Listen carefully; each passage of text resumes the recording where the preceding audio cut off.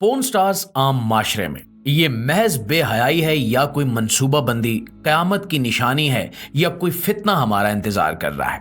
अस्सलाम वालेकुम दोस्तों, मैं हूं माजिद मलिक और मैं आप सबको खुशामदीद कहता हूं। प्यारे साथियों, इस वक्त दुनिया बेगैरती और बेहयाई की तमाम हदों को पार कर चुकी है और वो गन जो कभी छुप छुपा कर देखा जाता था अब फैमिली टीवी स्क्रीन पर भी आ चुका है।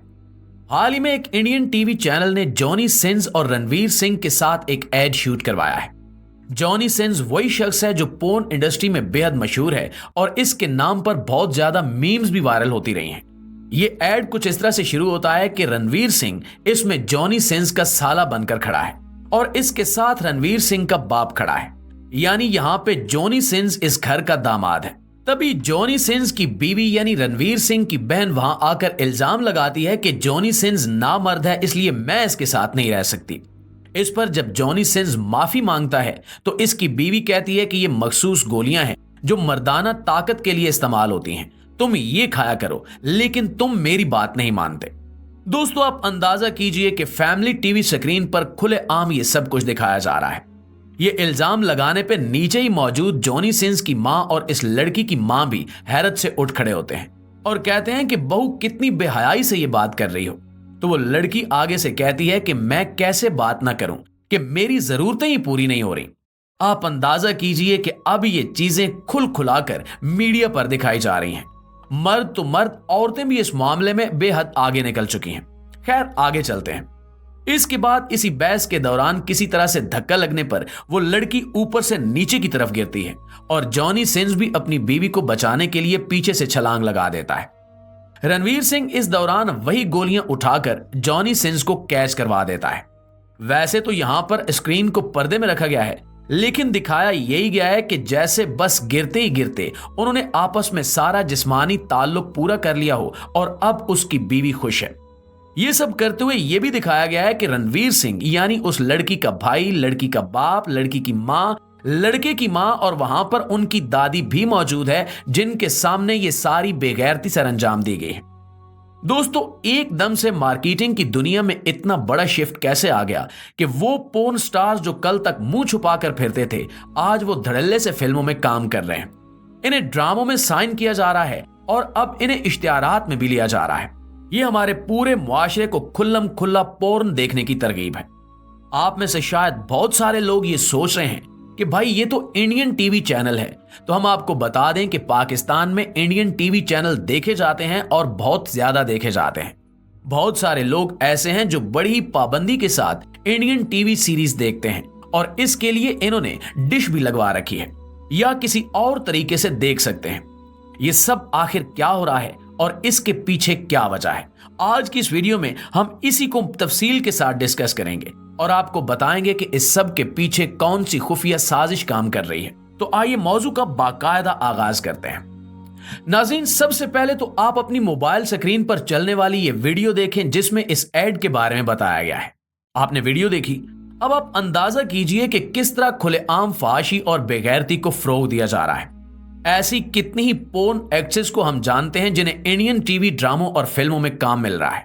यही नहीं, अब बॉलीवुड में भी ऐसे लोगों को खुलेआम काम मिल रहा है और ये इखलाक बाख्ता फैश लोग अब अपने आप को आर्टिस्ट कहलवाते हैं और दुनिया भी उनके इस घिनौने आर्ट को समझ रही है और उनकी इज्जत कर रही है। पाकिस्तान से ही ताल्लुक रखने वाली कई पोर्न स्टार्स इस वक्त बरतानिया और अमेरिका में मुकीम हैं, जो कहने को तो मुसलमान हैं और पाकिस्तान के ही किसी न किसी घराने से ताल्लुक रखती हैं, लेकिन वो पोर्न स्टार बन चुकी हैं। हम सोच भी नहीं सकते थे कि कोई मुसलमान ऐसा काम कर सकता है, लेकिन इसकी एक मिसाल लबनान से ताल्लुक रखने वाली एक पोर्न स्टार की भी है, जिसके बारे में आप सब लोग यकीनन जानते होंगे और स्क्रीन पर इनका चेहरा देखकर आप पहचान भी लेंगे। लेकिन हम यहां पे किसी का नाम लेना नहीं चाहते, क्योंकि फिर लोग इन्हें सर्च करके देखने से बाज नहीं आते।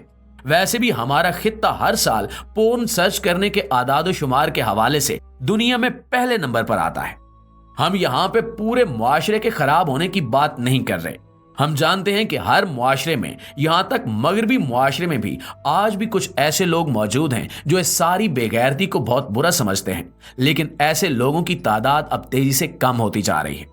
नई नस्ल ऐसे लोगों को आउटडेटेड, पुराने और दकियानूसी ख्यालात का मालिक समझती है। इनके नजदीक ये दुनिया के जदीद तकाजे हैं और इनमें शर्म व हया का कोई अमल दखल नहीं है। अब आप अंदाजा कीजिए कि जहां पे शर्म व हया जैसा कॉन्सेप्ट ही हमारे ईमान का हिस्सा है, इसे ही फरसूदा करार देकर रद्द कर दिया जाए तो फिर भला हमारे मुआशरे में क्या बाकी बचता है। नबी करीम सल्लल्लाहु अलैहि वसल्लम के इरशाद गरामी है कि जब तुम में हया बाकी न रहे तो तुम जो चाहे वो करो। यानी अगर हया न रहे तो ईमान भी बाकी नहीं रहता, और जब ईमान ही बाकी न रहे तो फिर जहन्नुम तुम्हारे लिए पक्का हो चुका है। इसलिए तुम जो मर्जी करते रहो। इस वाज़े तरीन हदीस के मौजूद होते हुए भी अफसोस से कहना पड़ता है कि हमारी नौजवान नस्ल गुमराह हो चुकी है। प्यारे दोस्तों, अब अगर बात करें कि इस सब के पीछे आखिर कौन सा खुफिया मकसद और साजिश है, तो पोर्न स्टार्स को मुआशरे में आम लोगों का दर्जा दिलवा देना, बल्कि इन्हें स्टार्स बनाकर पेश करना और इनके इस घटिया और घिनौने काम को आड़ तस्लीम करना बजाते खुद एक बहुत बड़ा कदम है, और ये तकरीबन 50 साल की मेहनत के बाद हासिल किया गया है। हम किन की बात कर रहे हैं? तो जनाब हम बात कर रहे हैं यहूदियों की। आप हैरान होंगे कि आखिर हर साजिश के पीछे यहूदी ही क्यों निकलते हैं? हर घटिया मंसूबे के पीछे इन यहूदियों का मनहूस चेहरा ही क्यों होता है? तो दोस्तों आज आपको इसकी हिस्ट्री भी बताते चलें। दरअसल दौरे नबी सल्लल्लाहु अलैहि वसल्लम में जब यहूदी नबी करीम सल्लल्लाहु अलैहि वसल्लम को अपने दाम में फंसाने में कामयाब न हो सके, तब उन्होंने अपना रुख साजिशों की तरफ कर लिया। ये वो कौम है जो दौरे नबी सल्लल्लाहु अलैहि वसल्लम से ही अपने घर की बेटियों और बहनों को दुश्मनों के राज निकालने के लिए इनके बिस्तर तक भेजने से भी नहीं हिचकिचाती थी। आज भी यहूदी इस काम को इबादत करार देते हैं और बड़ी आसानी से अपनी बहन बेटी को किसी के भी घर भेज देते हैं कि इससे हमारी कौम को मजहबी फायदा होगा और हम दुनिया पर बर्तरी हासिल कर सकेंगे।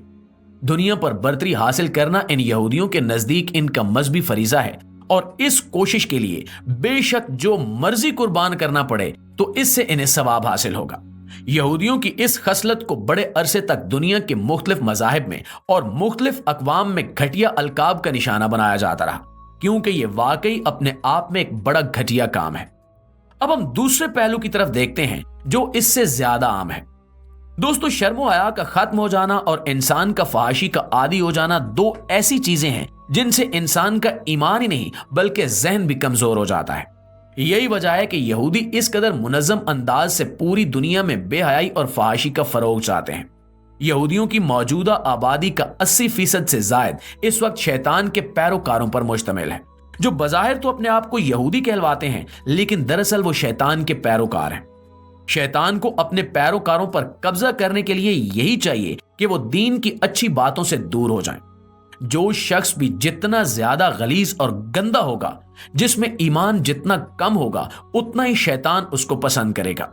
यही वजह है कि गैर महसूस तौर पर दजाल की आमद की राह हमवार करना और इसके लिए लोगों को ज्यादा से ज्यादा अपने इस दाम में जकड़ लेना यहूदियों का सबसे बड़ा मकसद है।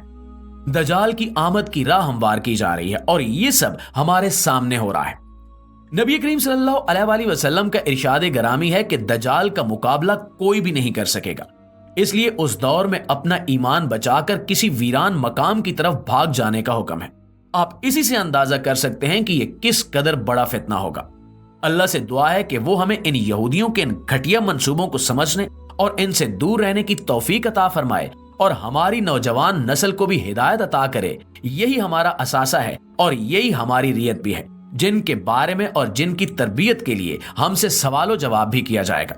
अल्लाह हम सबको दजाल के फितने से भी महफूज फरमाए, और अगर हम इस फितने का सामना करने की अहलियत न रखते हों तो अल्लाह हमें अपने पास बुला ले। आमीन सुमा आमीन।